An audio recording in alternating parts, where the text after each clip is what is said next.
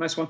I wonder if you could start, Jimmy, by taking us through your preparation really for this huge test series. It's not, I don't know, it's probably a bit of an outlier amongst your 20 odd years in that you're not coming in from red ball practice and you've been sort of nicking a few sessions in between commentary stints. Yeah, it's not been the normal preparation, but you know, that's just the nature of this summer, unfortunately. There's not been much red ball cricket or red ball cricket this time of year, so we've just had to manage as best we can. I've got a couple of games in Lancashire, or one game that didn't rain, and then the rest of the time, yeah, I've just been trying to bowl in and around sort of other cricket that's been going on. So it's not been ideal, but we had a couple of good days here where the intensity's just gone up a notch. Feels like, you know, everyone's really sort of excited and yeah, hungry for the challenge of Test cricket coming back. And the last couple of days have really shown that in our intensity in practice. I think I saw Stuart saying that you guys have got together to try and bowl a bit. Have you been, well, while everyone's been getting amongst the 100 and playing in that, have you two been keeping each other focused on the job at hand? Yeah, we've like I said, it's not been ideal. There's been lots of other cricket going on, but it's all been white ball stuff, whether it's county cricket or the 100. So we've just been trying to find places to bowl, make sure that we're ticking over. We had a good net at Loughborough as well, the group of us last week. So it feels like, although it's not been ideal, it feels like we're definitely stepping up the intensity and ready to go tomorrow. And what about this series? It's one of the kind of blue chip series when India come to town, and you know, it's a series you've got a lot of experience in, and you've had some good highs and some good battles with people like Virat over the years. How do you, on the eve of the series, how do you see it? Well, like I said, for me this summer's been quite stop-start. So I think I'm like looking forward to getting my teeth into a 5-match series. I always think that, you know, it's a really exciting time at the start of a big series like this. We know how good India are, and yeah, getting into that, you know, 5 test matches in 6 weeks is quite, you know, it can look quite a lot, but I think for me it's really exciting that we've got this amount of cricket coming up. And I get the same feeling from the other lads in the dressing room as well. I feel like we're really ready to get going. We're really keen as well to improve from that New Zealand series earlier in the summer. I don't think we gave a great showing of ourselves. I think we can do much better than that. And yeah, like I said, the last couple of days has definitely been geared towards starting well this week and then trying to kick on throughout the next 6 weeks. Nice one. Thanks, Jimmy. Cheers, Rory. We'll go with John Etheridge and then Dean Wilson. Go ahead, John.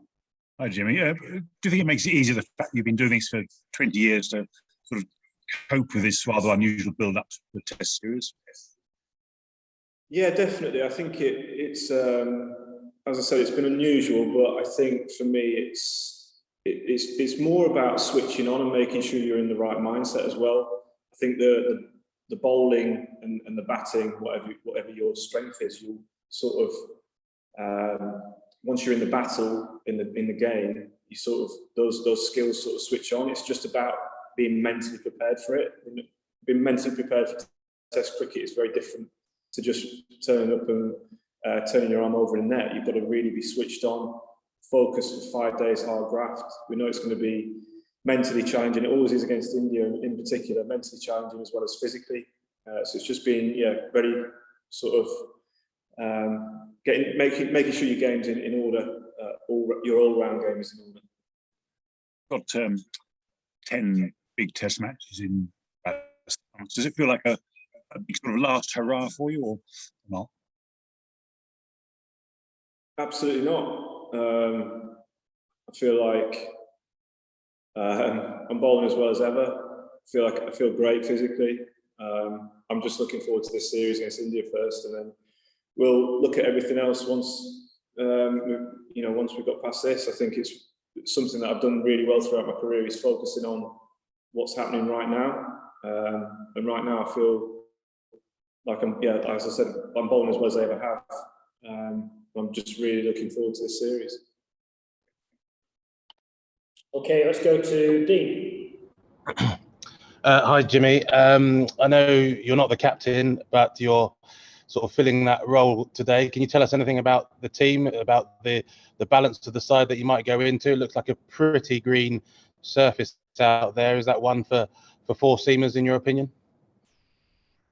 I'm not the captain, Dean. I just couldn't say, mate. I think it's a tricky one because there is a bit of grass on it, but it's definitely changed colour in the last few days. It's starting to turn a little bit brown as well.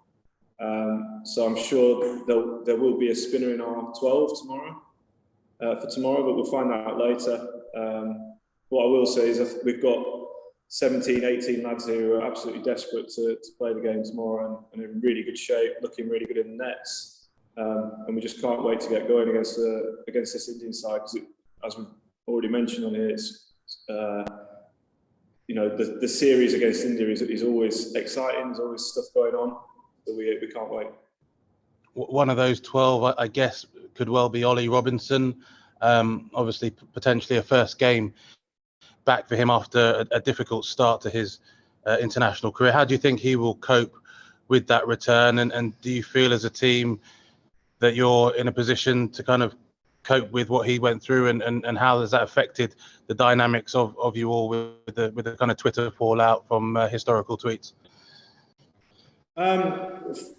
Firstly, I think the way he dealt with it during the game at Lord's shows a lot about his character. He bowled brilliantly that game.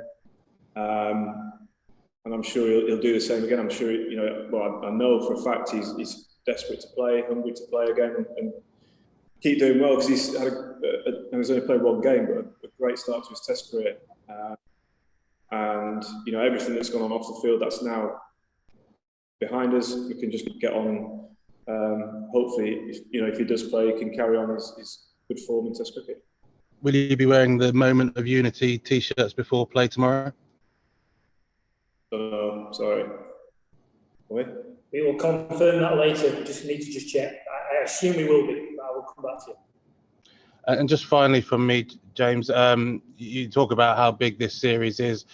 One of the key contests, I guess, over a long time now has been you versus Virat. You kind of had the wood over him, I guess, in 14, and he played pretty well in 18. Round 3 here. How much are you looking forward to reigniting that contest, and how far do you think it will go to dictating how each team does in this series? Well, I'm definitely excited to be playing against him again. You always want to challenge yourself against the best in the world, and he certainly is that. So we know how big a player he is for them, both as a batsman and as captain. He has a huge influence on their team. So we know he's a big wicket. And to be honest, I don't care if I get him out, as long as someone gets him out.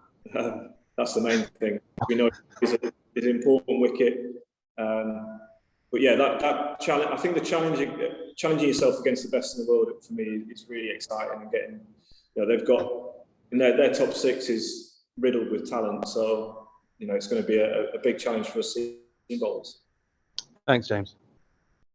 Okay, we'll go to George DeBell and then Julian Geyer. G'day. A couple of things. Firstly, is it your understanding that we're likely to have pretty flat wickets which don't play to home advantage in this series?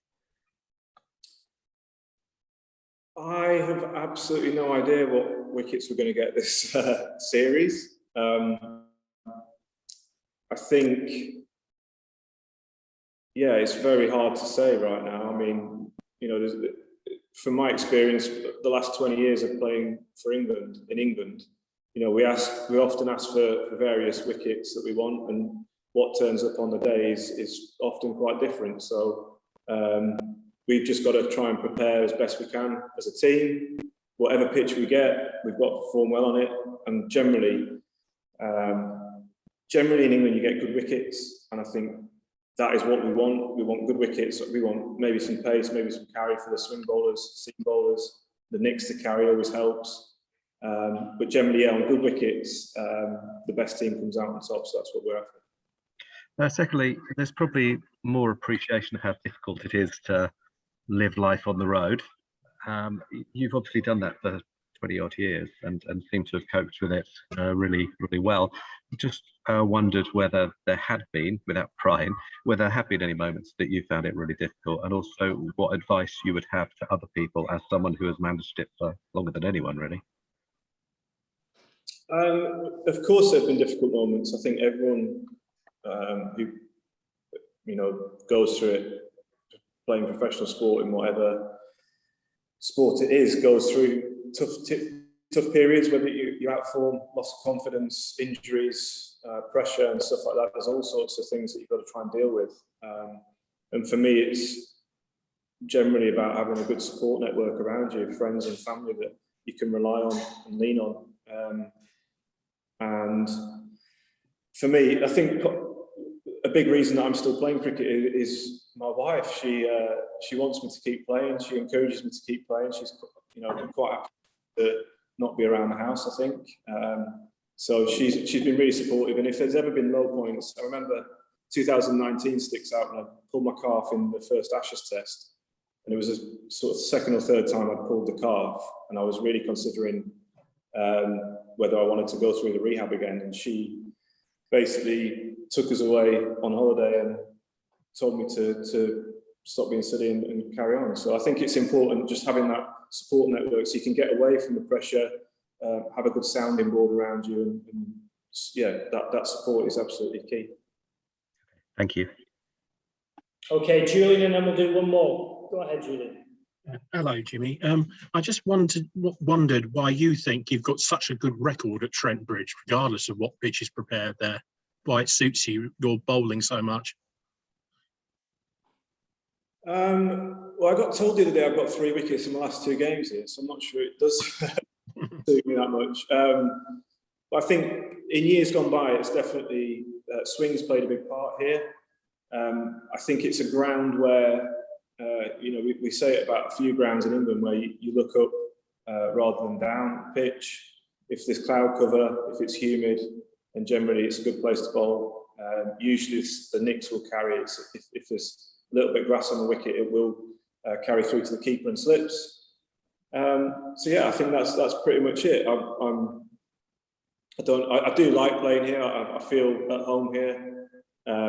It's such a friendly place to play. Turning up here, the stewards and the staff are incredibly friendly. So it's just somewhere where I feel really comfortable.